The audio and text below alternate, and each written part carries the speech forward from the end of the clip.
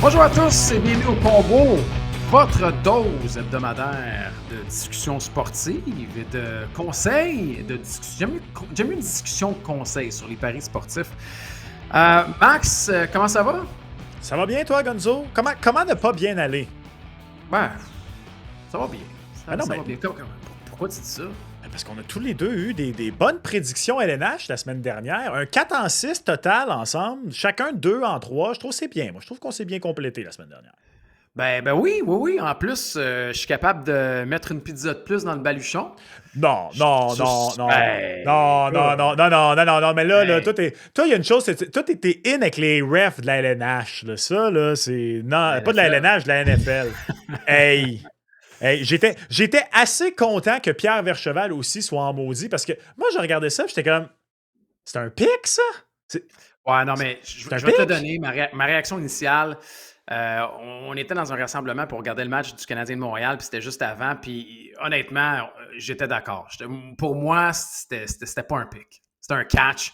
Ça avait été attrapé, puis il y avait le genou par terre. Mais j'ai changé d'avis parce que mon corps arrière, Joe Burrow, était de l'avis que c'était une interception. T'es facile de Alors, même, toi. Facile ben, comme quand ça. c'est Quand c'est Jober qui le dit, toi, t'écoutes, hein? J'aimerais ça le garder avec les Bengals. Fait que j'écoute. Mais en même temps, je me suis dit, je me suis pas trop obstiné parce que j'avais une pizza là-dessus. Puis c'était mon Non, mais pick. pas. En plus, les Broncos. Je suis triste pour la Bills Mafia. Mais en bout de ligne, je pense que je suis sur le point de louer un troc, Max, pour le party pizza parce que je commence à les accumuler pas mal. Louer un truck. Sais-tu quoi? Je vais te les livrer déguisés en livreur de pizza dans Maman, j'ai raté l'avion. Et je Oh, vais faire exprès pour faire tomber une des rentrer. petites statuettes chez vous, là, parce que toi, vous, les gens cossus, vous avez ça, des petites statuettes dans vos Oh, oui, entrées. ben, je vais en installer plusieurs en avant juste pour être sûr que tu rentres dedans. D'ailleurs, ça, c'est un beau clin d'œil à maman, j'ai raté l'avion. T'as-tu vu pendant la période des fêtes? J'imagine que oui. Il y a quelques pizzerias autour de l'Amérique qui se sont comme fait une devanture de Little Nero's, qui est la pizzeria. Ouais. Maman, j'ai raté l'avion. J'ai presque pris l'avion pour aller à Chicago, Los Angeles, juste pour comme aller manger et m'imprégner de Maman, j'ai raté l'avion. Mais la parenthèse est fermée maintenant. Merci, Max, Ouais. pour la pizza. Tu sais, il me disait qu'elle allait bien, il va plus bien. Ah Tu ouais, ne vas plus bien. c'est terminé. Regarde, je vais être Grinch le reste de l'émission, préparez-vous. Merci. Je suis content. Chasser le naturel, il revient au galop. Il n'était plus que 4 dans la NFL qui voulaient se battre. On va faire nos picks un peu plus tard. Ça va être le fun. C'est pas nécessairement la grosse rencontre, là, les Broncos contre les Pats, surtout qu'il n'y a pas de Bo-Nix, mais c'est pas grave. Ils sont 4 et Broncos, Pats, Rams, Seahawks. Max, j'étais supposé être au match des Seahawks en fin de semaine. Notre ami Georges Larac va être sur place et finalement, ça s'est confirmé trop à la dernière minute. J'ai pas eu de gardienne et je vais regarder ce match-là de la maison, mais ça va être un grand match Rams-Seahawks en fin de semaine. Oui, je suis d'accord. Je suis très. Honnêtement, c'est une solide douche d'eau froide, la blessure à Bonix. Là, ça aurait été un. C'est pas ce que je souhaitais, mais ça aurait été bien correct, le Broncos Patriots. Ouais. Mais pas de Bonix. Honnêtement, c'est. Tu sais, on a souvent le débat, c'est quoi la position la plus cruciale dans le sport? Puis quand arrivent des choses comme ça, difficile de pas y aller avec le corps arrière. Parce que, tu sais, même d'autres sports où il y a une position, entre guillemets, similaire au corps arrière. Tu sais, particulièrement à l'ère actuelle de la Ligue nationale de hockey, souvent, si ton gardien numéro 1 se Ouais. blesse, c'est pas aussi dramatique que si ton corps arrière se blesse. Et même historiquement, à part Martin Brodeur, là, le gardien numéro 2 va quand même tout le temps jouer au moins une vingtaine de matchs dans une saison. Puis un corps arrière réserviste au foot joue en théorie jamais. Littéralement. Il pratique. S'il joue, c'est pour 2 raisons. Soit que tu es en train de rosser l'adversaire ou que tu te fais complètement rosser. C'est ça. C'est ça. Parce que sinon, c'est une blessure. Fait que c'est pas. Mais regarde, tu le sais, tu connais mon côté où je fais mon deuil petit à petit dans la NFL. Alors là, vu qu'il y a juste 2 matchs et que c'est la dernière journée où il y aura 2 matchs au programme et que c'est une seule journée au lieu de 2, mon amour pour la qualité et la quantité dans la NFL fait en sorte que je fais un deuil en fin de semaine et je vais bien regarder ces matchs-là. Et d'ailleurs, on aura toutes les cotes pour vous et nos choix pour le week-end. On verra s'il y aura une pizza qui sera mise à l'enjeu cette semaine. J'en doute, par exemple. J'en doute! Bon, il met de la pression en plus. Savez-vous quoi? Faites pas comme Gonzo dans la vie. Ne vous mettez pas de Non. pression. Ne vous mettez pas de pression. Ne mettez pas de pression sur les autres. Respectez votre budget. Même quand les gens mettent de la pression pizza, on respecte son budget. Ça demeure un jeu. Et il ne faut pas chasser les pizzas perdues. Il ne faut pas trop consommer de pizza. Parce que quand on consomme trop de pizza, on a mal au ventre. Puis ça, c'est pas le fun. Et on ne veut pas avoir mal au ventre et on ne veut pas avoir mal au portefeuille. La modération a bien meilleur goût, Max. La première Voilà. fois que je l'entends avec la pizza, par exemple, mais c'est pas grave. Je trouve ça magnifique. Merci. Et d'ailleurs, tu parles d'avoir un budget, de se faire un budget. Nos amis de chez Mise au jeu veulent vous gâter en plus cette semaine parce qu'il y a une belle promo hockey qui débute. Et vous pourriez quand même recevoir un beau petit montant quand vous pariez 10 $. C'est pas gros, Max, en plus 10 $.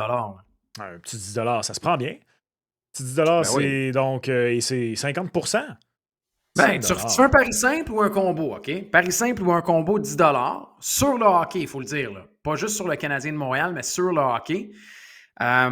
Et ça débute le 19 janvier et c'est jusqu'au 24 janvier à compter de minuit. Donc, du 19 à 9 h jusqu'au 24 à minuit. Et ce qui arrive, c'est quand vous faites un pari simple ou un combo 10 $, vous recevez 5 $ comme sous forme d'argent, là, comme pari gratuit. Alors, et l'argent va être valide, ça c'est bien à noter aussi, l'argent est valide jusqu'au 7 février à minuit. Oh. C'est important de mettre les barres CT et les points CI, là, parce que oui, on vous le donne, mais on veut vous donner toutes les conditions aussi quand même. Là. C'est important. Parce qu'après, c'est facile, on reçoit des messages. « Hey, tu m'as dit que j'avais 5$, là, j'ai pas eu le 5$, tout ça. » On vous l'a dit. 6 février. C'est le 6? C'est ça que tu as dit, 6 février? Je voulais juste... C'est le 7. 7 février à minuit. Excuse-moi. 7 février à minuit. Parfait. Exact. Ton argent doit être dépensé. Là. Ton argent, ton 5$ là, que tu reçois, dans le fond, là, il faut que il est valide jusqu'au 7 février à minuit. Là. Ça, c'est le fun quand tu as ces montants-là. C'est là où, personnellement, tu peux te permettre... Ben oui.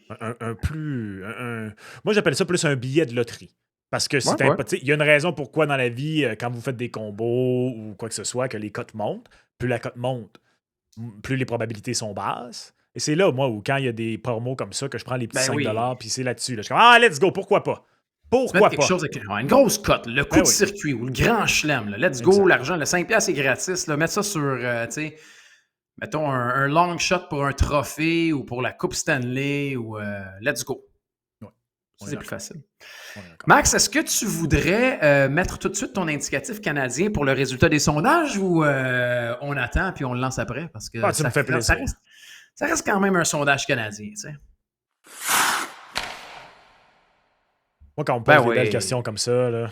un beau petit sondage en plus. Ça a fait réagir Michael Age, hein? Beaucoup. Ça a fait réagir. Les gens ont tellement hâte de voir Michael Age débarquer. C'est comme, ils sont pas rassasiés, tu sais. Suzuki, Caulfield, là, Slav, là, tu rentres Demidov, Hudson. C'est comme, let's go, on en veut d'autres, on en veut d'autres. Le prochain, c'est Age. Puis, tu sais, dès qu'on parle un peu de date limite des transactions, là, c'est le clan, on sacrifie Age ou on le sacrifie pas. Ben, il y en a une gang qui aimerait ça le garder, je pense, avec quand on regarde les réponses, les gens ont hâte à son arrivée à Montréal. Oui, moi, c'est un de mes sujets de discussion préférés ces temps-ci. Michael Age. Oui. Parce que dans le sacrifie pas, tout dépend du retour. Et je trouve que beaucoup trop de gens disent non! Trop rapidement, sans regarder le retour. Ça, c'est une bonne question, par exemple. Le retour est important. Ma prémisse de base serait je veux pas échanger Michael Age. Ben non. Mais là, cogne à ma porte un vendeur de balayeuses usagées. Puis là, la balayeuse qui me présente, elle me permet de nettoyer mes planchers à 100%. Plus un seul petit pourcent de germes. En 0,5 secondes, là, je suis comme Michael! Mais non, ici, on va jaser. T'es bon, Max. S'il me vend une vieille balayeuse, je dis va-t'en, puis tu touches pas à mon Michael. Bravo pour ta patience, Max. D'un, moi, s'il y a un vendeur de balayeuses usagées qui sonne à ma porte, il n'a pas le temps de commencer son pitch de vente. J'y claque la porte au nez. Ouais, mais ça, c'est ton vieux côté ermite, là. Moi, j'aime ça. C'est une blague, je t'aime. Balayeuse usagée, là. Moi, quand il y a ce type de... Comment ça s'appelle déjà, ça? Il y a un terme là, pour ça, là, pas un colporteur. Mais c'est un colporteur? Oui. Sollicitation à la porte. Quand il y a de la sollicitation à ma porte et que nous sommes deux à la maison, je regarde ma blonde et c'est comme, c'est toi qui y vas. C'est tough. Je sais, est-ce que tu as un œil magique chez toi? Non, j'ai un pas très grand appartement puis c'est très facile de regarder dehors de mon salon. quelques mètres l'un de l'autre. OK, OK. Moi, le problème, c'est que c'est comme vitré.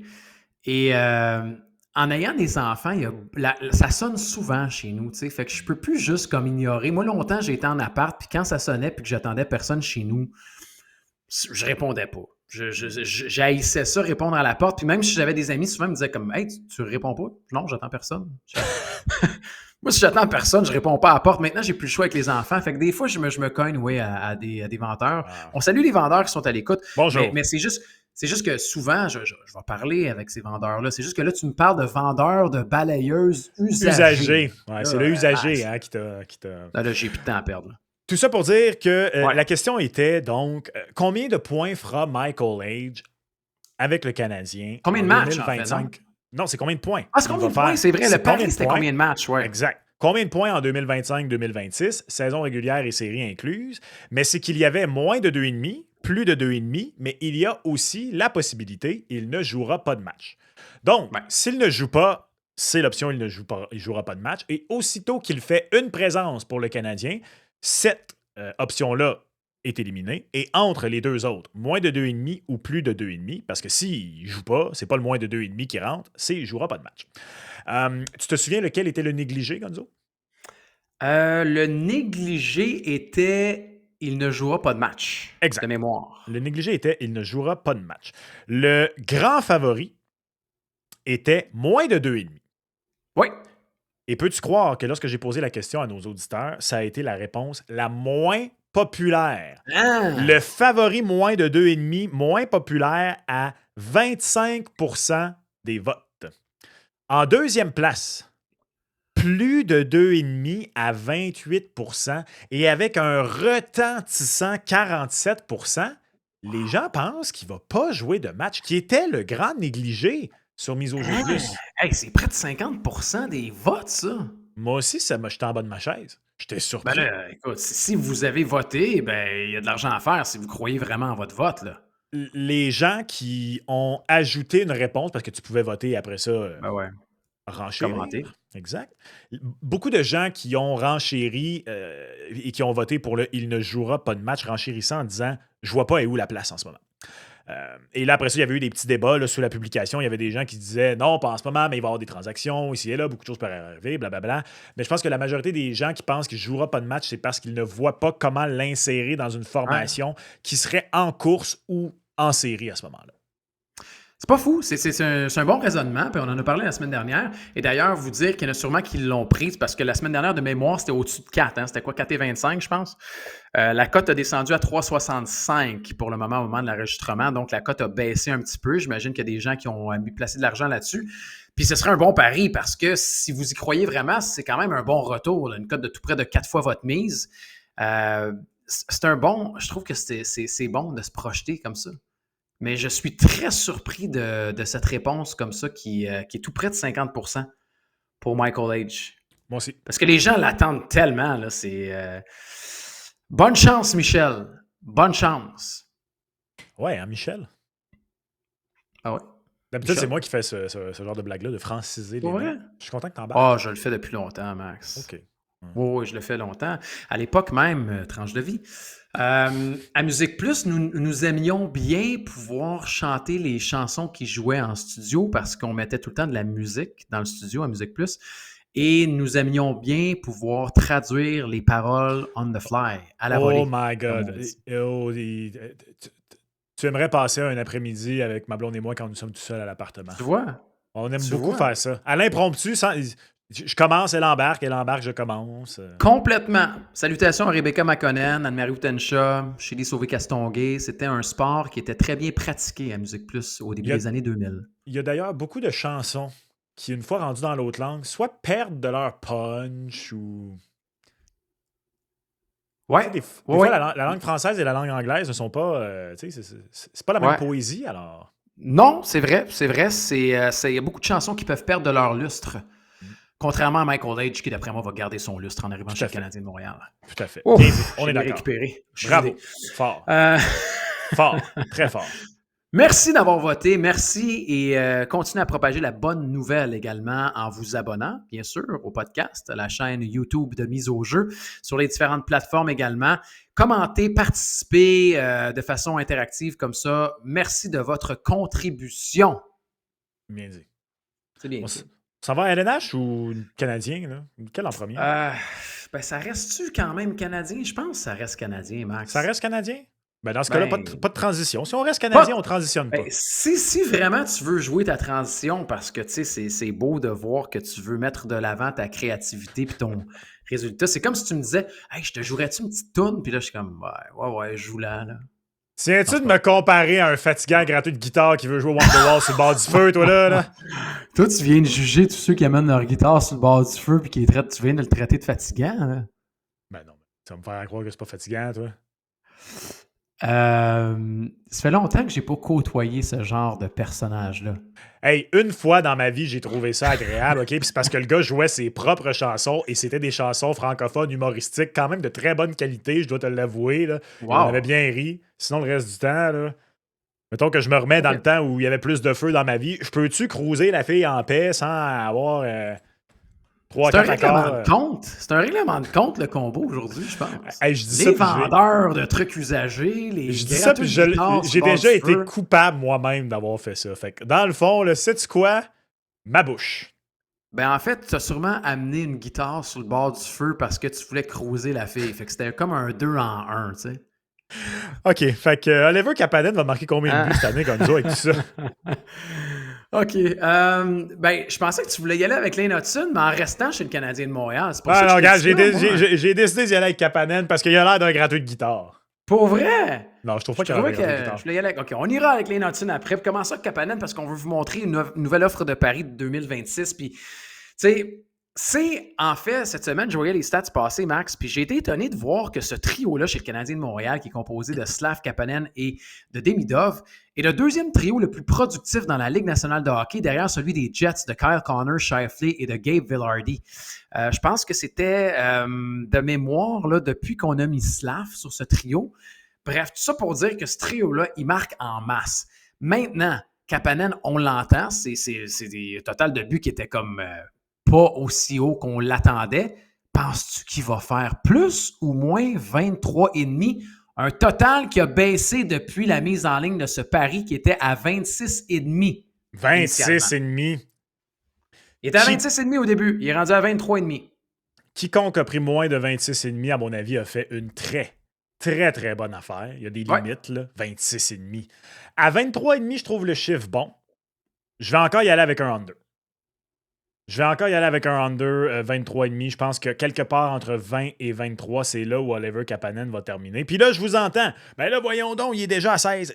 Ben ouais, il y en a déjà 16 en 51, Max. Oui. Par contre, ceci étant dit, si je suis 100% transparent, il y a peut-être un peu de désir de ma part, Gonzo, parce que au troisième match de la saison, parce qu'un peu comme Bolduc, lui aussi, là, il avait commencé avec 3-4 buts très, très rapidement. Puis quelqu'un là, sur ma chaîne avait dit « Il va en marquer 20 ». Puis j'avais dit « Ah, s'il marque 20 buts, je m'achète un chandail ». Oh, il est où ton chandail? Ben, ils sont où ces 20 buts?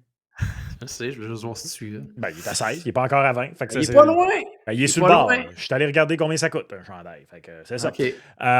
Mais non, je pense quand même que, tu sais, Kapanen va toucher le 20. Va peut-être aller à 21, 22. Ouais. Je trouve que, tu sais, son opportunisme est dans le tapis. Est-ce qu'il va continuer?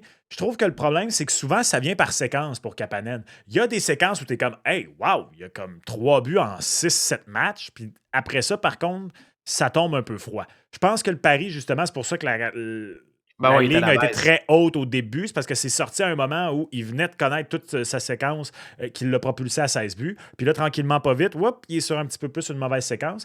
Et moi, j'ai comme l'impression que ça va se poursuivre jusqu'à la pause olympique parce que là, c'est les Bruins en fin de semaine. Tu vas avoir les Golden Knights, tu vas avoir l'Avalanche, tu vas avoir le Wild à nouveau. Les Jets de Winnipeg, ils ont beau mal aller. C'est très difficile pour le Canadien de marquer beaucoup de buts contre les Jets de Winnipeg.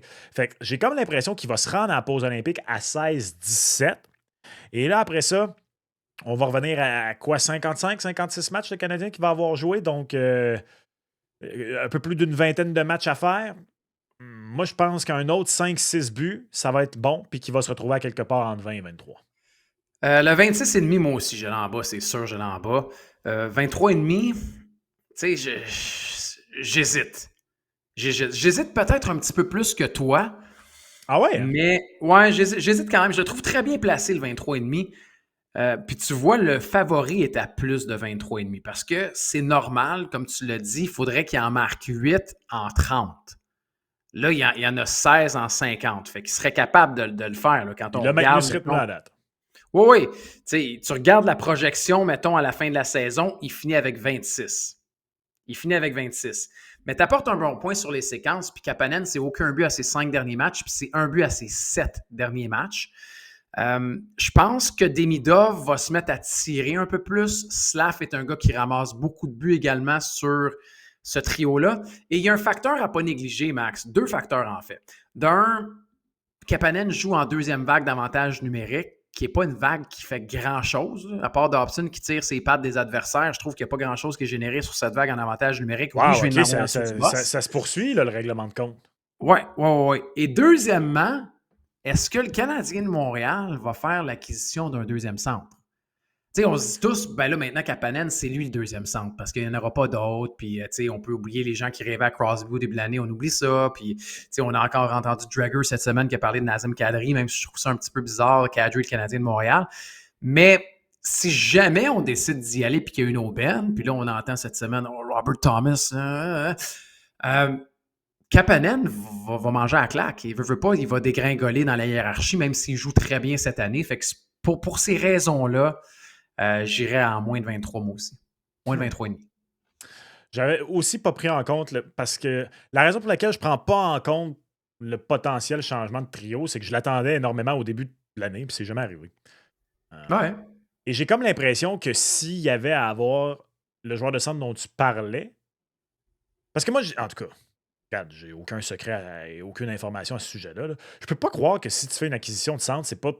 Je vois mal le Canadien aller chercher un autre centre qui est pas une énorme amélioration. Ouais, dans ma tête, rendu où on est, c'est Robert Thomas ou Complètement d'accord. rien. Nazem Kadri, je pense pas Crosby, mettons, là, mais Kadri, moi, depuis que tu es allé chercher Dano, à la limite, je comprends, tu as ton centre gaucher en Dano, ça me prend quelque chose de plus que Kadri pour pouvoir. Je ne veux pas aller. Puis on entend qu'il y a beaucoup d'équipes qui sont prêtes à payer, entre autres, là, pour Kadri. Là, on a entendu les équipes cette semaine, là, entre autres le Colorado, puis je pense que Dallas aussi. Mais lui préférerait aussi un contender établi, selon ce que j'ai compris. Et voilà, puis c'est lui qui va décider. Fait c'est juste que Kadri pour Montréal, oui, il y a une bonne nouvelle là-dedans, c'est que si tu vas chercher Kadri, ça ne te coûtera pas Michael H, contrairement à Thomas. Parce que si tu vas chercher un gars comme Robert Thomas, d'après moi, il y a à peu près une vingtaine de DG qui appellent Doug Armstrong en disant ça va prendre quoi comme package. Fait qu'après, ça va être le fit. Qu'est-ce qu'Armstrong aime? Est-ce qu'il est prêt à aller jusqu'à là? Est-ce qu'on veut juste voir c'est quoi sa valeur? On écoute, tu sais. Mais c'est sûr que si c'était un gars comme Robert Thomas, oui, H serait dans la transaction, à mon avis. Et peut-être Kapanen aussi. Se retrouverait troisième. Peut-être que Kapanen serait là. Peut-être Kapanen aussi serait dans. Écoute, Thomas, c'est le joueur auquel je pensais tantôt, là, quand je disais ça dépend qu'est-ce que tu vas chercher pour Michael H.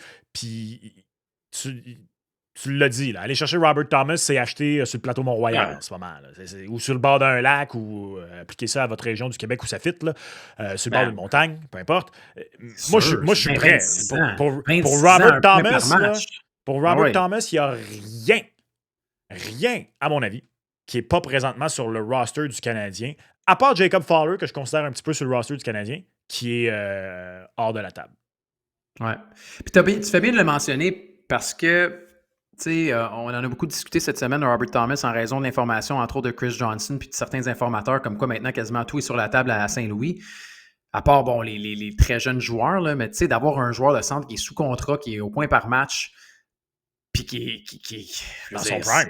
Dans son prime, là, il a 26 ans. Et sous un contrat avantageux. Ben oui, à 8,2, il reste encore 5-6 ans à son contrat, fait que c'est énorme, puis le retour serait énorme, mais c'est vrai que oui, il y aurait peut-être Age. En même temps, les Blues de Saint-Louis vont vouloir mettre quelqu'un dans l'alignement, tu t'enlèves le premier centre, fait que Kapanen pourrait peut-être aller aider, mais ce serait monstrueux comme retour, là, ce qu'on parle. On parle de plusieurs espoirs, de plusieurs choix au repêchage également, si jamais le Canadien décidait d'aller vers cette avenue-là. Ceci étant dit, je ne sais pas toi, mais Je peux encore pas croire que Robert Thomas va être échangé. Moi non plus. Je peux pas croire. Moi non plus. Puis je blaguais, puis je disais, ben, fait que si les Blues commencent à échanger tout le monde, puis que c'est pas juste, mettons, Bennington, puis Braden Shen, puis Jordan Kyrou, moi, si j'étais Gorton et Hughes, je placerais un petit appel pour juste voir si Dylan Holloway. Oh, Dylan Holloway! Ben oui, man. Dylan Holloway, plug-moi ça avec Suzuki Caulfield. Merci, bonsoir, c'est terminé. Là. Mais dans ma tête, ça, c'en est un qui bougera pas parce qu'il est dans le bon groupe d'âge pour eux, non? Ben, ouais, il y a 24. Il y a 24, mais est-ce qu'on va vouloir rester, mettons, avec Dvorsky, puis Snuggerud, puis tous ceux qui sont encore plus jeunes, mettons, 21 ans et moins, ou est-ce qu'on va garder Holloway qui va il devient RFA, puis on a quand même donné un offer sheet là, quand on est allé le chercher, mais je comprends pas. Ben, en même temps, si tu me dis que tu vas échanger Robert Thomas, je me dis, OK, il y a quoi qui cloche? Là? Je veux dire, pourquoi tu irais échanger ton premier centre qui est signé à long terme, puis qui a 26 ans, puis qui rentre dans son prime? Fait que, je sais qu'il ne sera sûrement pas disponible, Dylan Holloway. En plus, il est chum avec Caulfield. Mais c'est le genre de profil parfait qui pourrait jouer avec Suzuki et Caulfield. Moi, vois-tu, le deuxième gars que je voudrais dans l'avion, c'est Colton Parayko. Je comprends. C'est un il y a une clause de non-mouvement complète, par contre. Fait qu'il faudrait qu'il accepte de la lever. Ouais, puis il est vieux. Ah! Ben, il est vieux, Max. Tu sais, c'est pas vieux. Ça comme vieux, ça, mais... sans avertissement, demain, tu viens de qualifier un gars de 32 ans de vieux. Et on parle en langage hockey ici. Ouais, je sais. Si je veux aller dans des gars... Si je veux aller dans des gars comme Parayko, mais en version plus jeune, parle-moi de Braden Schneider avec les Rangers, qui lui aussi supposément est disponible. Là. On dit que les Sharks sont tout le temps au téléphone, Mike Greer et Chris Drury. Le seul problème, c'est que je pense pas que Drury et Gorton sont invités au même party. Fait que j'ai de la misère à voir le Canadien de Montréal jaser avec les Rangers. On est dans les rumeurs solides. Là. Mais t'as besoin d'un vet comme Colton Parayko. T'as besoin de vet. Trop cher. Si les Blues se mettent à échanger Kyrou, puis se mettent à échanger Braden Shen, puis Bennington, puis Parayko, je veux dire, si c'est des transactions comme ça, puis qu'on en fait 5-6, t'imagines-tu à quel point tu vides le club et à quel point tu vas ramasser des choix et des jeunes? Moi, je pense qu'on vient de donner beaucoup de temps à une équipe qui ne va pas transiger grand-chose, à mon avis. Je pense que c'est... Je pense qu'il y a beaucoup de smoke. Oui, mais tu sais, c'est parce que Armstrong a mis le feu aux poudres là, en disant que tout est sur la table, mais il a comme caché les étiquettes de prix là, pour une coupe d'affaires, d'après moi. Ouais. Puis, tu sais, en même temps, moi, je crois pas à Thomas. C'est pour ça que j'ai été bien surpris quand j'ai entendu ça. Puis, si jamais il bouge, ça va être au moins le genre de retour qu'il y a eu pour Quinn Hughes. Parce qu'il est sous contrat pour plusieurs années, contrairement à Quinn Hughes. Fait qu'imaginez le retour. Il va falloir qu'un DG, en fait, Doug Armstrong, se dit s'il y en a un assez failé qui est capable de me donner plus que ce que Bill Guérin a donné, let's go. Ben, c'est drôle, hein, parce que j'allais dire, si le Wild, il lui restait encore un peu de pocket change, j'aurais bien vu Robert Thomas avec le Wild. Eh boy, t'imagines, ben oui. Il reste plus rien. Non, ils sont vidés. Ah non, ils ont rempli la carte de crédit. Alors avec tout ça, ben, on est d'accord, on prend moins de 23,5 buts pour le pauvre Oliver Kapanen qui était relégué aux oubliettes dans cette discussion-là, mais qui est ô combien utile aux Canadiens de Montréal, Max. Incroyable. Je pense qu'on peut y aller avec la transition LNH. Salut Oliver, merci d'être venu. Ouais, hey, 16 buts, Oliver, c'est solide, Oliver. C'est très solide, c'est très Ben solide. Oui, c'est solide. Max, il a été question d'un joueur à profusion cette semaine à Montréal et son nom c'est Lane Hutson parce qu'on en parle à chaque semaine, ça n'a juste pas de bon sens. Et là, il y en a même un ancien défenseur du Canadien de Montréal et le dernier à avoir touché au trophée Norris qui est remis au meilleur défenseur, Piquet Souban, qui a dit ça n'a pas de sens ce qui se passe avec Lane Hutson et ce gars-là doit être absolument parmi les finalistes pour le trophée Norris. Si c'était aujourd'hui le vote pour le trophée Norris, de 1, est-ce que tu penses que Hutson mérite d'être sur le podium? Au moment où on se parle, je pense qu'il est quatrième. Ben, en fait, non, c'est pas vrai. Je pense pas qu'il est quatrième. Au moment où on se parle, il serait mon quatrième. Je l'aurais en quatrième. Ton quatrième. Ouais, parce qu'il est troisième sur bien des listes, je te dirais. Ouais. Non, moi, je l'aurais en quatrième place. Cale Makar gagnant, et là, vous voyez les cotes présentement pour le trophée Norris. Là, Cale Makar est numéro 1 avec une microscopique cote de 1,18. Cale Makar au Norris est le joueur le plus favorisé pour gagner un honneur individuel cette saison. Il est plus favori que Schaefer au Calder, il est plus favori que McKinnon au Hart. qui sont deuxième et troisième. Zach Werenski est deuxième pour le Norris à 6 fois la mise. Lane Belle Hudson cote. est troisième à 12 fois la mise. Et Quinn Hughes est quatrième à... a comme disparu au moment de ça, 25 fois la mise. 25 parce que fois la mise. j'ajoutais Ouais. le N à Quinn Hughes que j'avais oublié. Donc 25 fois la mise. ouais. C'est quand même fou de voir hein, que Hudson est avec. Tu sais, il est avec Werenski. Il y a Makar. Après ça, il y a Werenski Hudson, 6 et 12. Puis après ça, il y a un gouffre, puis il y a Quinn Hughes. J'aurais pensé que Quinn Hughes serait peut-être dans les mêmes eaux que Hudson et Werenski. Ouais, c'est. En fait, il faudrait voir dans la chronologie la variation de la cote de Lane Hudson parce que je soupçonne aussi dans le marché de Montréal le fait que vu le brio de Lane Hudson, mettons depuis, je dirais, un bon bout, mais là, même avant la période des fêtes, il y a dû avoir beaucoup de gens qui sont partis et qui ont placé un pari sur gagnant pour le Norris. Donc, ça a dû faire pas mal baisser la cote également pour Lane Hudson. T'sais. Parce qu'à Montréal et au Québec, je pense pas qu'il y a. Il ne doit pas avoir beaucoup d'argent sur Quinn Hughes comparativement à Lane Hudson. Penses-tu que Piquet a fait changer a fait basculer les cotes?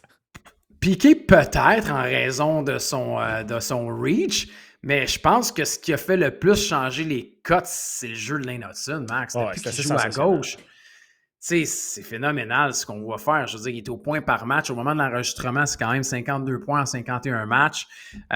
C'est 23-46. Il est à plus 15 parce que son dernier match, ça a été plus difficile pour lui là, contre les Sabres de Buffalo. Mais avant ça, je veux dire, il contrôle un match. C'est un gars qui est tellement utile aux Canadiens de Montréal. Il est juste 2 points derrière Cale Makar. C'est débile. 2 points derrière Makar. Je veux dire, c'est sa deuxième année, Lane Hudson. Puis, 23-46, il y a aussi une grosse... C'est moins gros l'écart de jeu entre lui, Hughes, Makar que ça l'était l'année passée. Je veux dire, à 21 ans, de faire ce qu'il fait, c'est quand même assez sensationnel. Je l'aurais donc à l'extérieur du podium si j'avais un bulletin de vote. C'est qui tes trois, ouais? C'est qui tes trois? Il serait-tu sur le tien? Des matins oui, des matins non. Ah bon. Cette semaine, je te dirais, moi, mes trois pour le Norris présentement, là, c'est Cale Makar, qui est loin devant. Loin devant à l'image de la cote. Là, ça ne vaut même pas la peine à 1,18. Zach Werenski, tu n'as pas le choix de le donner à Zach Werenski. Tu n'as pas le choix de donner des votes. Non, c'est pas vrai, excuse. Je l'ai troisième. Tu l'as pas deuxième? Troisième. J'ai Werenski troisième.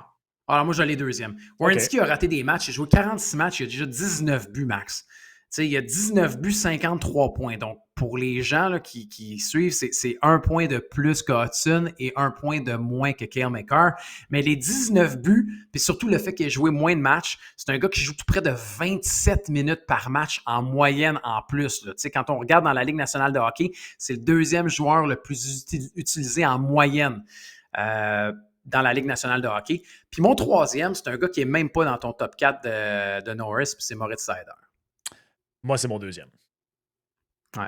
Parce que Moritz Seider, c'est le gars le moins sexy dans la liste qu'on a présentement, parce que c'est le gars qui fait le moins de points, mais quiconque regarde de temps en temps les Red Wings de Détroit vont voir que ce gars-là est un monstre. Ça Il n'a fait aucun tout sens. sur une patinoire. C'est une saison exceptionnelle pour lui. À mon avis, Moritz Seider pourra avoir des votes pour le Trophée Hart avec la saison des Red Wings de Détroit présentement. Hot take.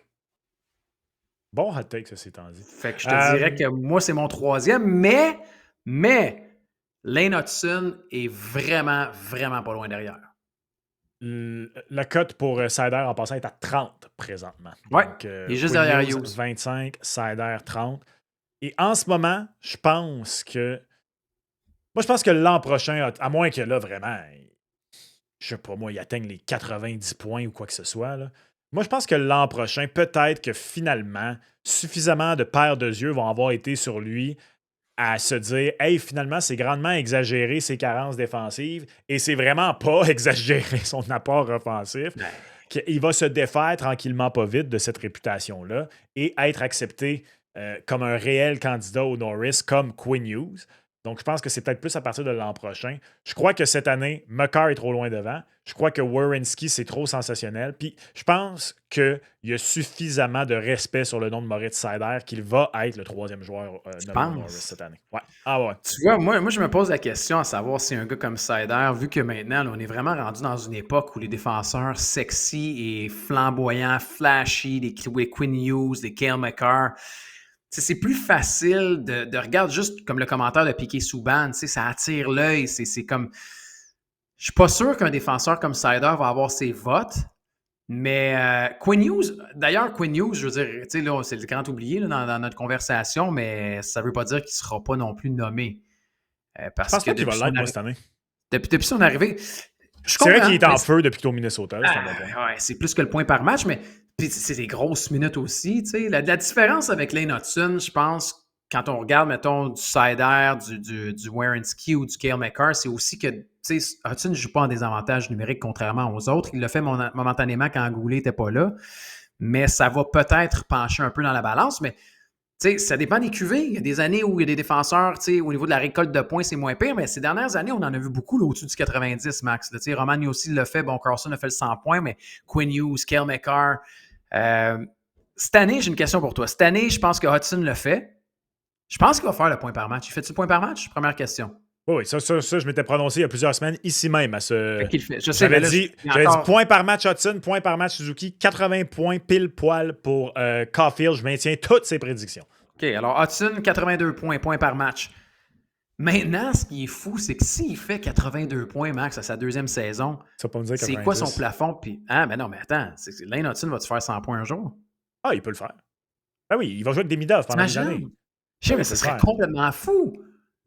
Oui, mais je pense que... Je ne dis pas qu'il va avoir beaucoup de défenseurs de 100 points dans les prochaines années, mais de la façon que le hockey se joue en ce moment, il n'y aura peut-être pas une pause de 30 ans entre des saisons de 100 points à la défense comme ça a été le cas. Ceci étant dit, ça demeure quand même rarissime. Là, je veux dire, Makar ne l'a pas encore fait. Là, non, Makar ne l'a pas fait. Puis, je comprends, tu parles de Demidov, mais regardez l'avantage numérique un peu au Colorado. Puis, vous allez voir plus même à 5 contre 5. Je suis désolé, là, mais quand tu as Makar puis Taze à la glace, puis que c'est le trio à McKinnon avec Netchach puis Lekonen, ça va vite, puis pas à peu près. Puis, je me dis, si Lane Hudson marque un jour 100 points, il va falloir aussi que le tir continue à s'améliorer parce que quand il y a des défenseurs qui frôlent le 100 points ou qui vont dans la 90, mettons que Makar, l'année de 92, je pense qu'il a fait, où il y avait une trentaine de buts. Donc, sinon, il va battre des records de passes ou presque. Là, moi, je n'écarte pas la possibilité d'un, mettons, 15-85. T'imagines s'il fait 100 points à Montréal? Je veux dire, il a 21 ans, il fait le point par match cette année s'il le fait. Ça va être fou. Donc, moi, tu sais, Hudson, peut-être, tu sais, Piquet, c'est bien ce qu'il a fait. Puis s'il n'est pas en nomination cette année pour le Norris, c'est pas grave. Là, ça va une année où il vole. Il y en a beaucoup. Là, c'est une période où il y a de gros, bons jeunes défenseurs aussi dans la Ligue. Là. On est dans une âge d'or à la défense, à mon avis. Ou du moins du défenseur offensif. Là, complètement.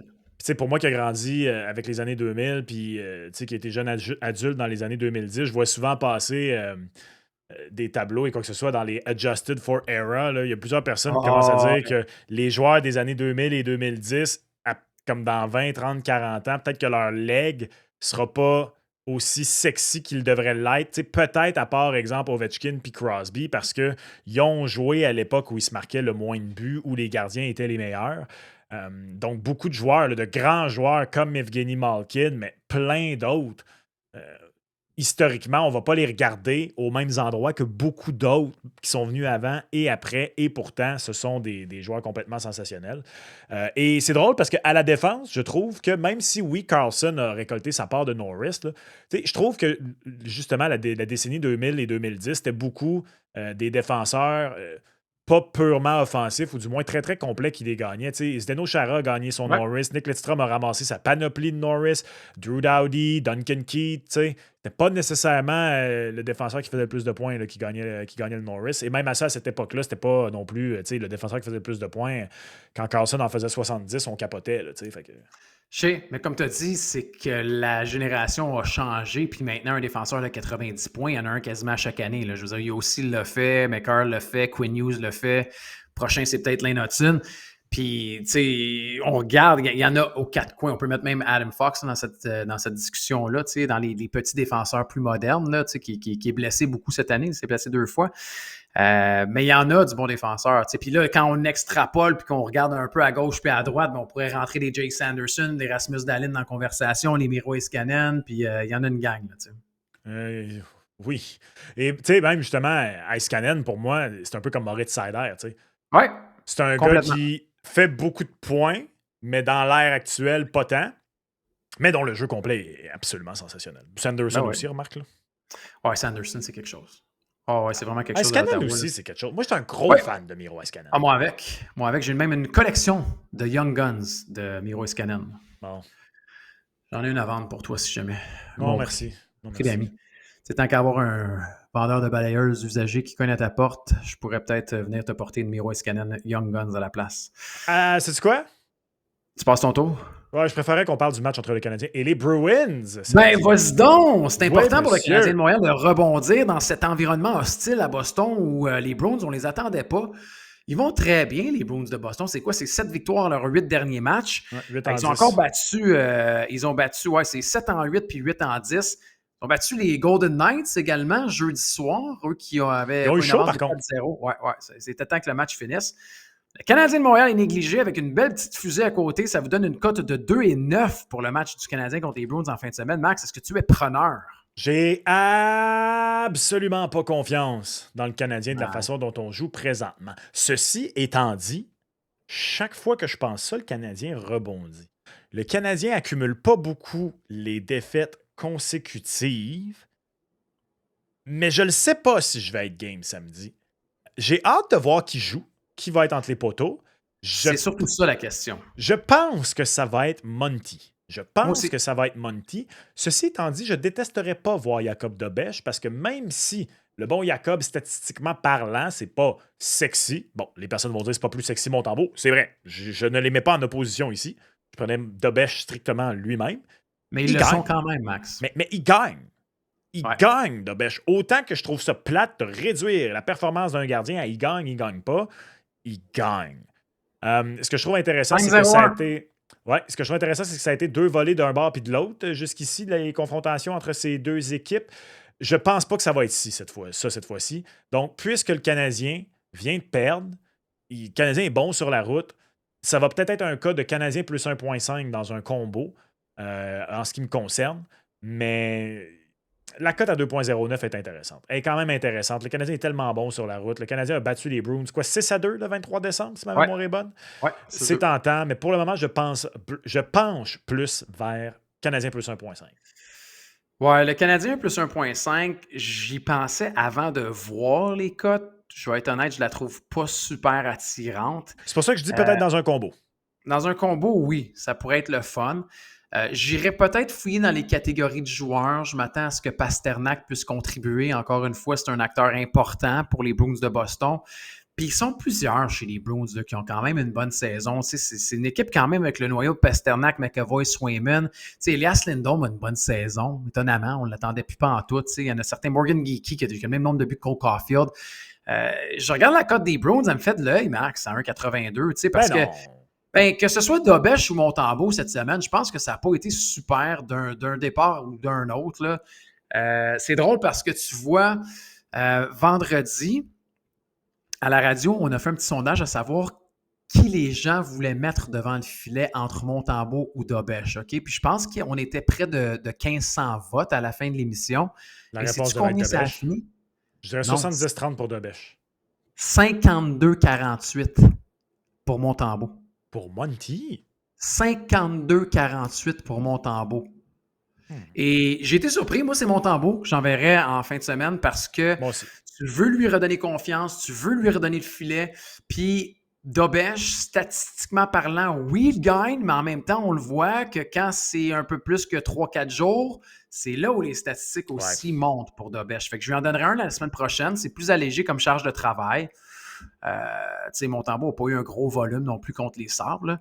Mais malheureusement, je ne te suis pas et je vais prendre les Bruins à 1,82.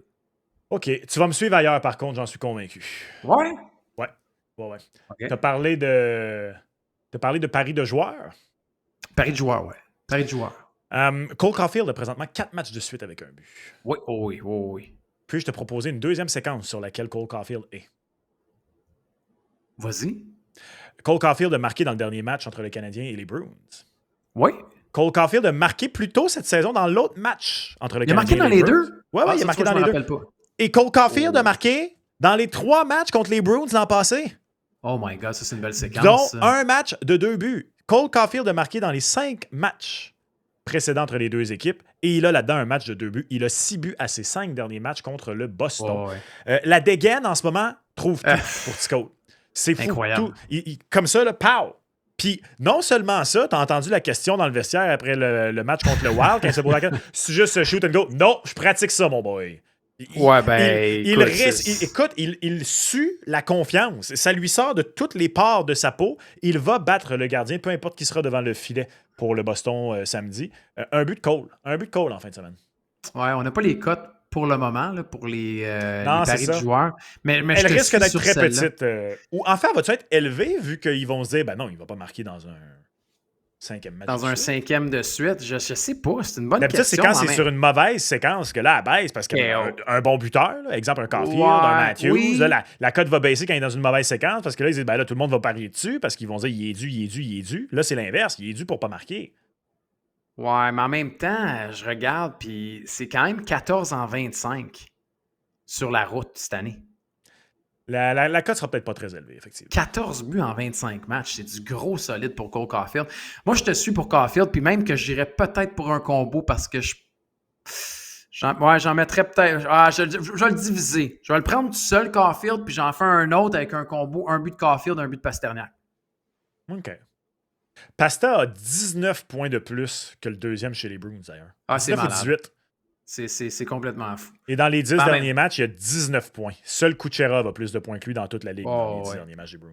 Honnêtement, il y a une autre catégorie qui pourrait être bonne, vu que le Canadien de Montréal est un peu erratique en désavantage numérique dernièrement. Là, peut-être un point en avantage numérique pour Pasternak. Ouais. Ça pourrait être un bon pari. Là. Il y a quand même il y a 24 ou 25 points d'avantage numérique depuis le début de la saison, Pasternak. Puis c'est gros, là. 63 en 46 pour Pasternak. Bon match Canadien-Bruins. Max, on retourne à la Ligue nationale de hockey. On retourne à la Ligue nationale de hockey? OK. Ben, on était dans... Et la transition, par contre. Je sais. Pas grave. Les gens avaient oublié que tu avais oublié la transition. Fait que je me disais juste que... Non, c'est bien, c'est bien. Max, j'ai commencé la semaine dernière, alors je te laisse commencer. Ah, merci, c'est gentil. La semaine dernière, le seul qui m'a eu, c'est mon... J'étais assez en maudit, Gonzo. Assez en maudit. Le seul qui n'est pas rentré, c'est plus de 6,5 entre les Oilers et les Canucks. Ça a fini 6-0 Oilers.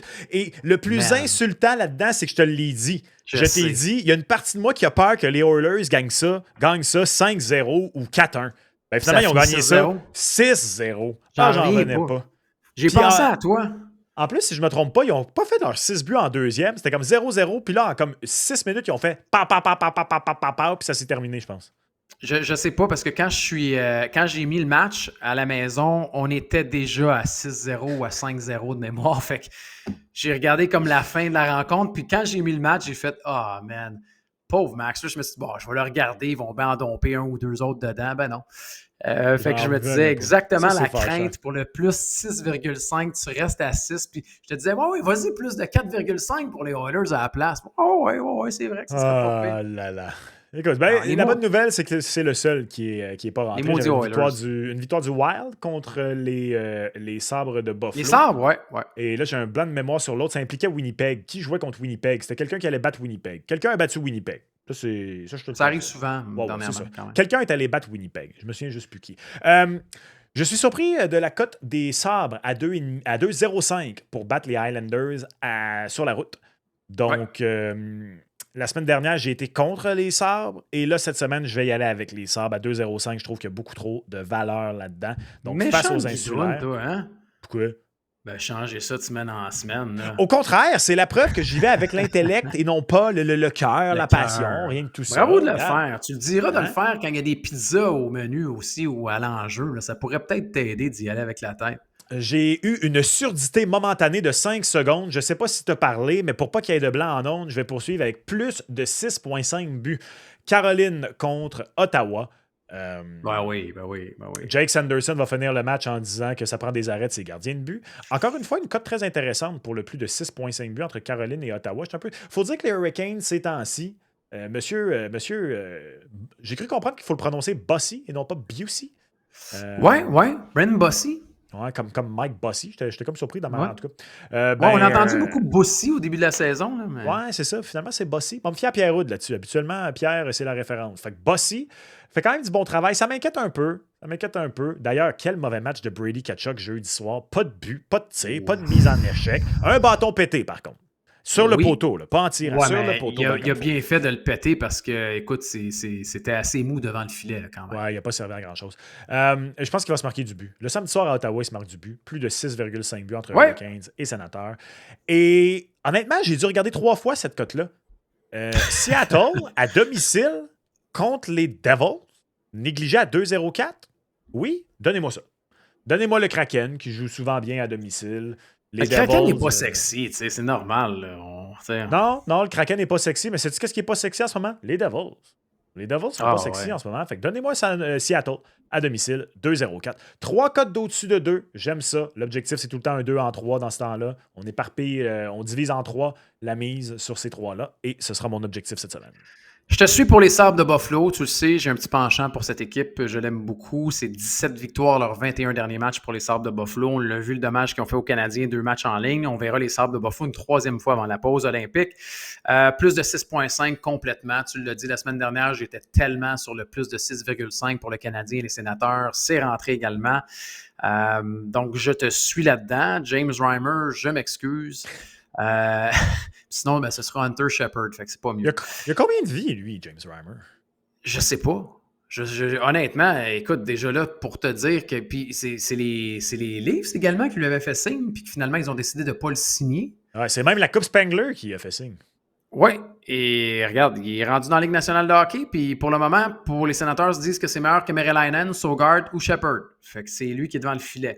Et le Kraken contre les Devils... Bon, je vais te suivre parce que je suis gentil. Là. Non, t'as une casquette de Seattle sur la tête, fait que t'as pas le choix. Ouais, je sais, mais c'est les Mariners et non le Kraken. C'est la seule équipe, je pense, que j'ai pas acheté de gear. Le Kraken? Quand je suis allé à Seattle. Non, c'est pas vrai, j'ai acheté un hoodie à mon garçon.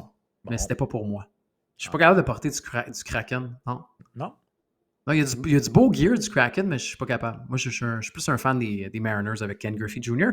Mais je te suis, let's go, pauvre Shane Wright qui est sur le marché déjà, tu sais, c'est pas... 3-3. Pas plaisant, ça. C'est pas plaisant. Non. Il va fixer du regard la direction du Kraken en partant, ça a l'air. Sûrement. Jason Botterill, watch your back. OK. Fait que je te suis pour les 3. On verra si tu me suis pour mes 3. Je commence avec une victoire du Mammouth. Du Mammouth qui va super bien.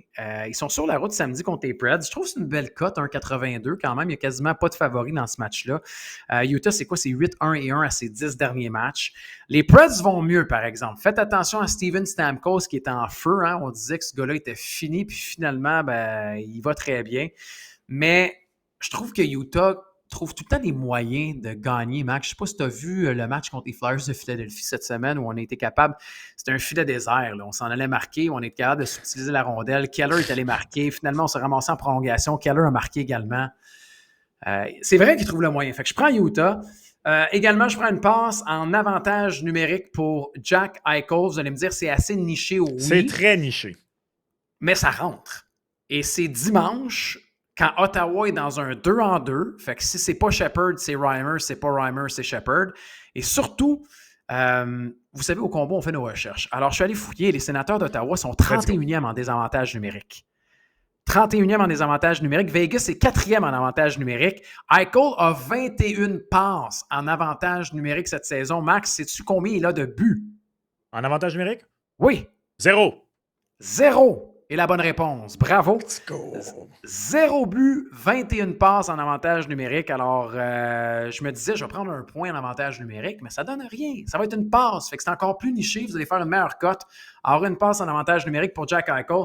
Et je prends le total de buts dans le match entre les Capitals de Washington et les Oilers d'Edmonton. J'essaierai de ne pas me brûler là où tu t'es brûlé la semaine dernière parce que Connor McDavid, c'est 2 matchs en ligne, pas de points. Léon est revenu. Là, on sent la frustration à Edmonton. Est-ce qu'on va vouloir se venger en fin de semaine? Je m'attends à beaucoup de buts, alors plus de 6,5 dans cette rencontre. Puis c'est une belle cote à 2 fois la mise, je trouve. Plus de 6,5 buts, Washington-Edmonton, même si je me suis brûlé la semaine passée avec les Oilers. Regarde, oui, je suis toujours partant pour beaucoup de buts dans un match des Oilers. D'ailleurs, Tristan Jarry s'est fait faire par ses anciens amis hier. Mais Stuart Skinner va très bien. As-tu vu?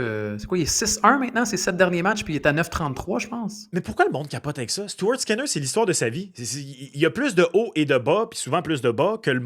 Ouais. Comment est-ce qu'il s'appelle? Le Goliath à Aaron? Non, mais c'est parce que le monde en ce moment sont comme ouh, Stuart Skinner. Ben, il a tout le temps fait ça.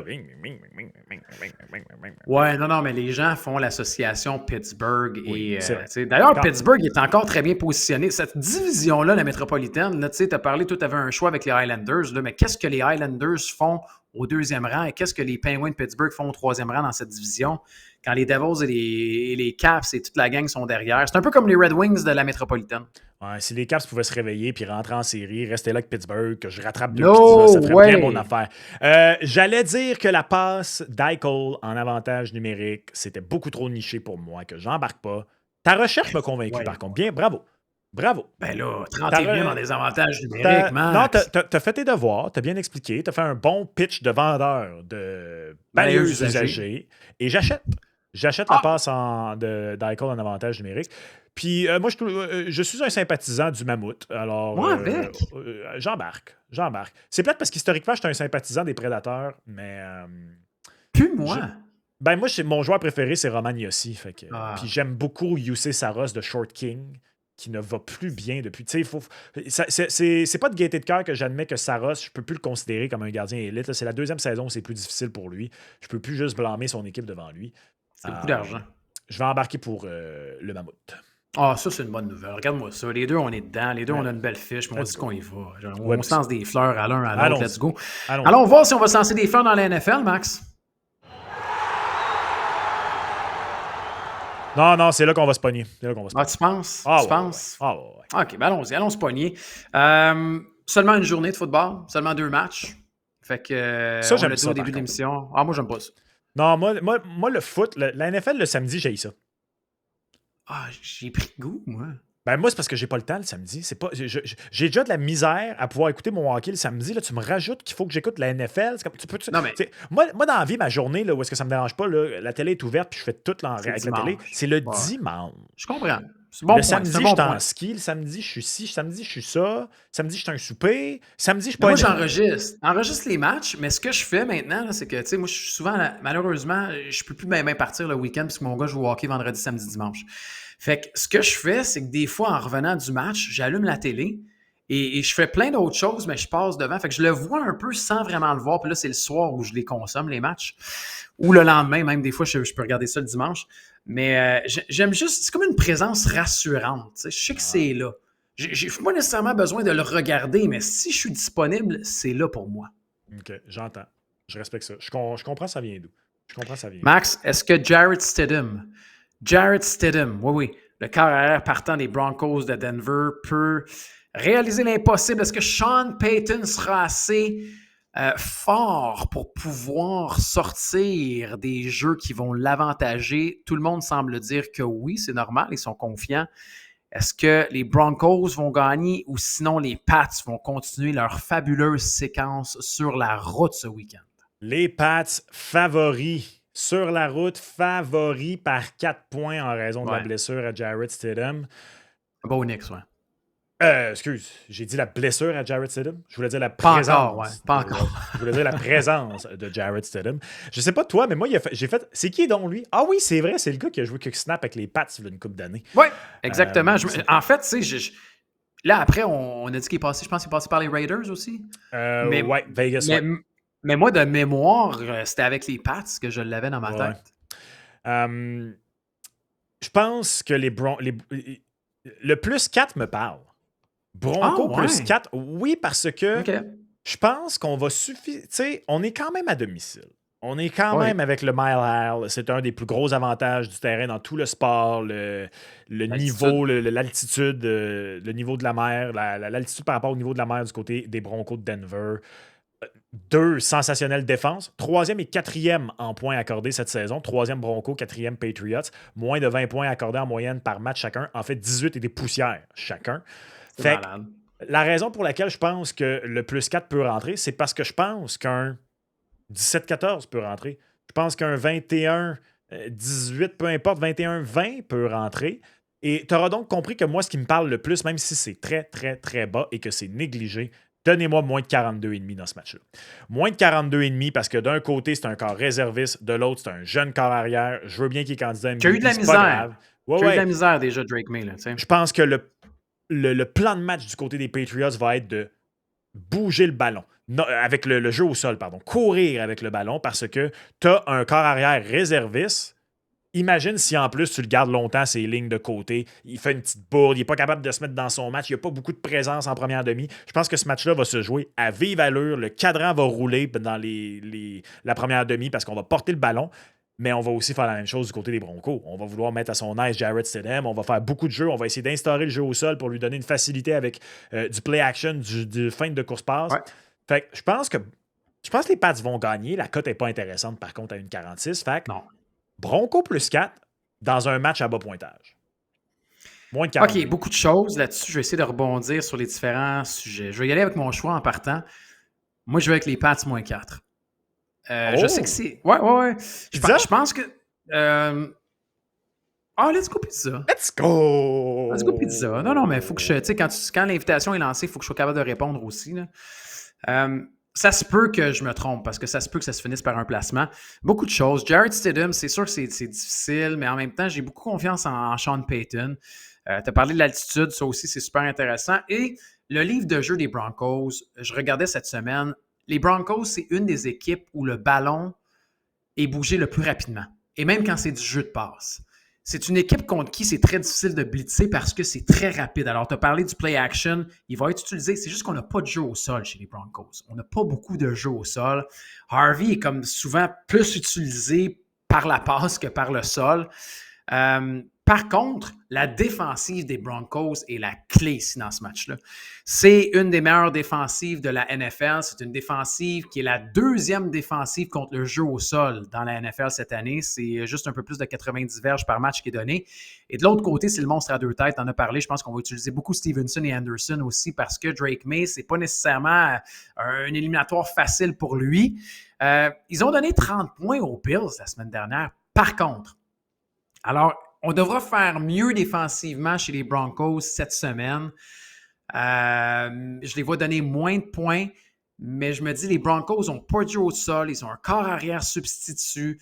T'sais, le meilleur corps, c'est Drake May. Le meilleur jeu au sol, c'est les Pats. La meilleure défensive, je donnerais le edge aux Broncos. Et oui, les Broncos sont à la maison, mais les Pats sont 8-0 sur la route. Fait que, tu sais... Vrabel, je l'aime beaucoup. Payton, je pense que c'est une bonne tête de foot. Je m'attends à un match serré, mais je prends quand même les Pats moins 4. Bon coach, c'est pareil, Mike Vrabel. Hein?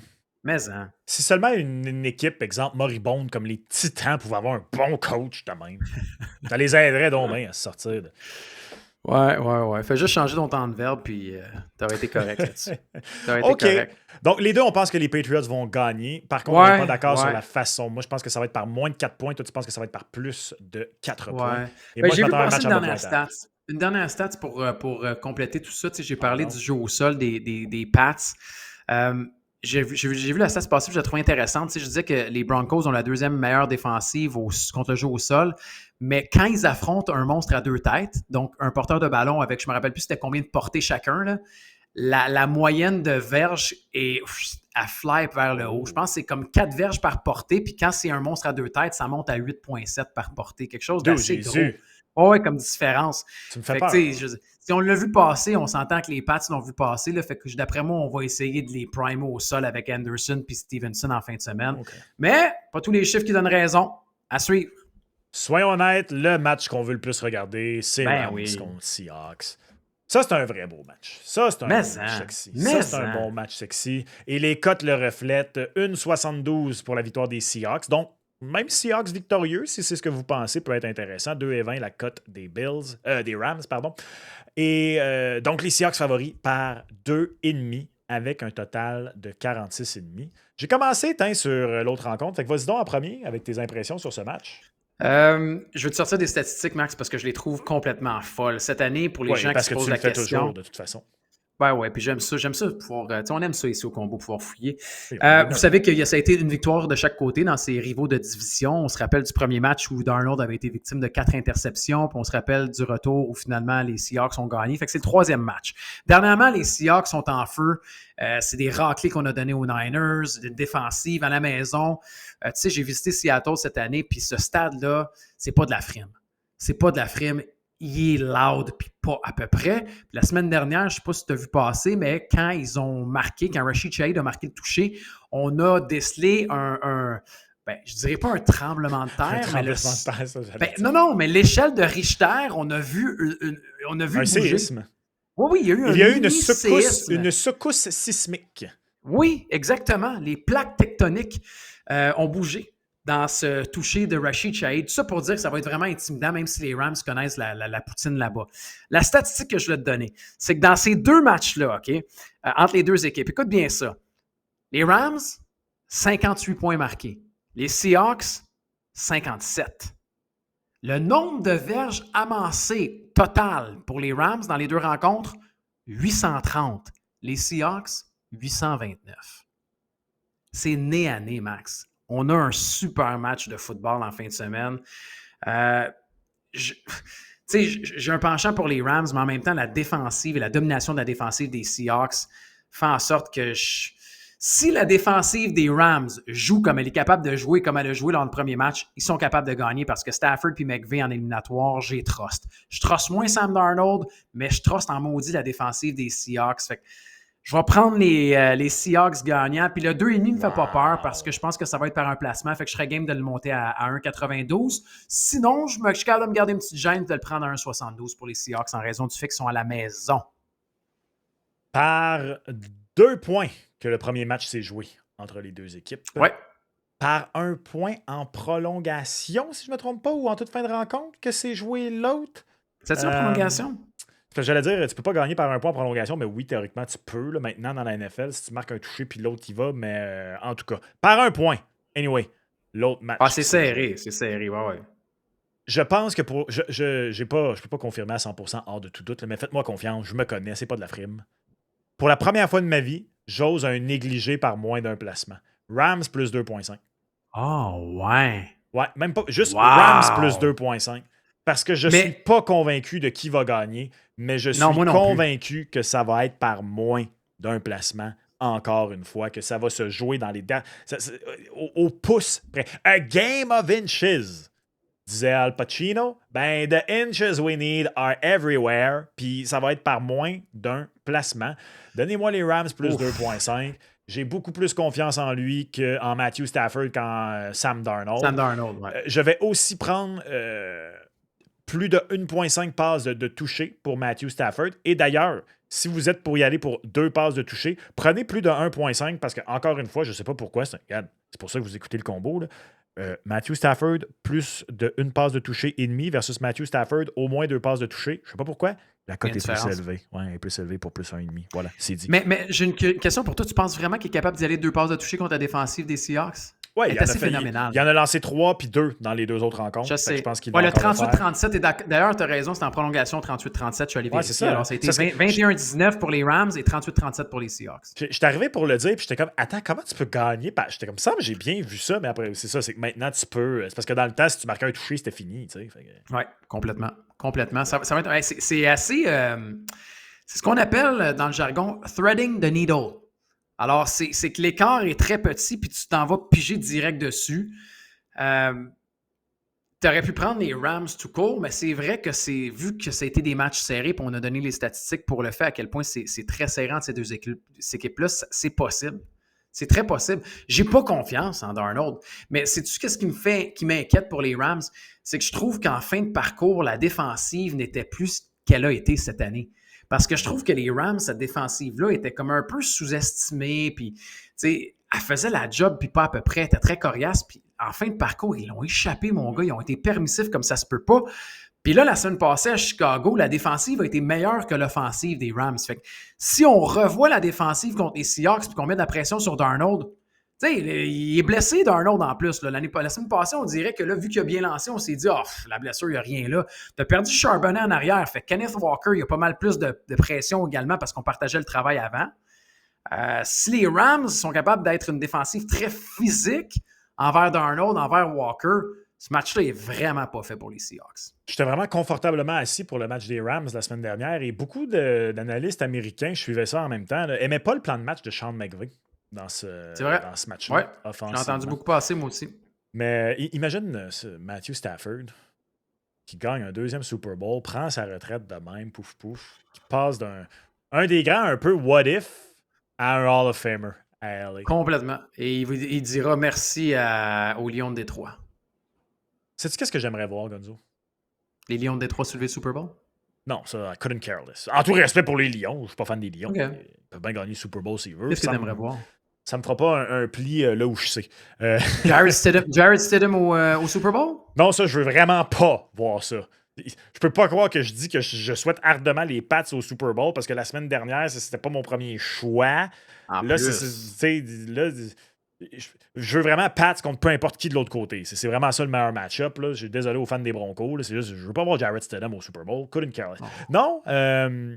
Sais-tu à qui je souhaite une trajectoire à la Matthew Stafford? Non, qui? À Josh Allen.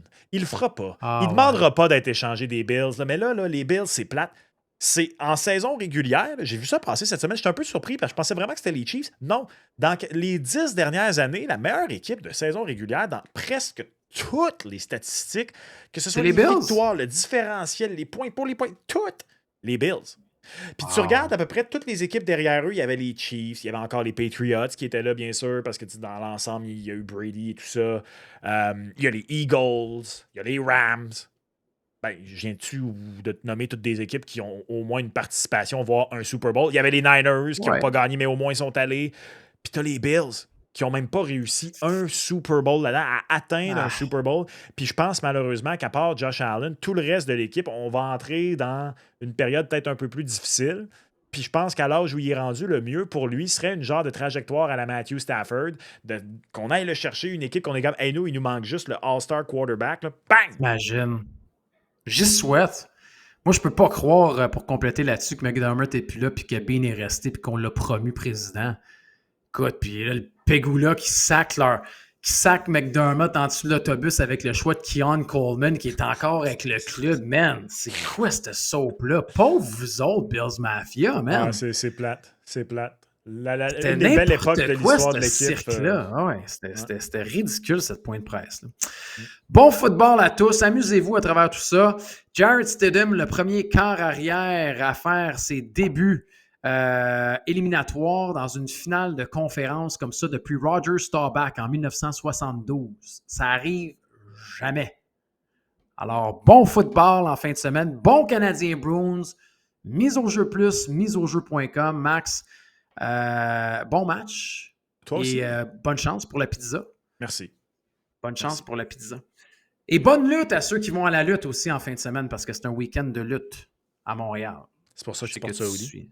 Effectivement, oui. C'était pour faire un petit clin d'œil aux fans de lutte. Voilà. J'ai voulu le porter aujourd'hui. C'est fait. Bon week-end de sport. Puis on se reparle la semaine prochaine. Bye, Max. Ciao. Bye.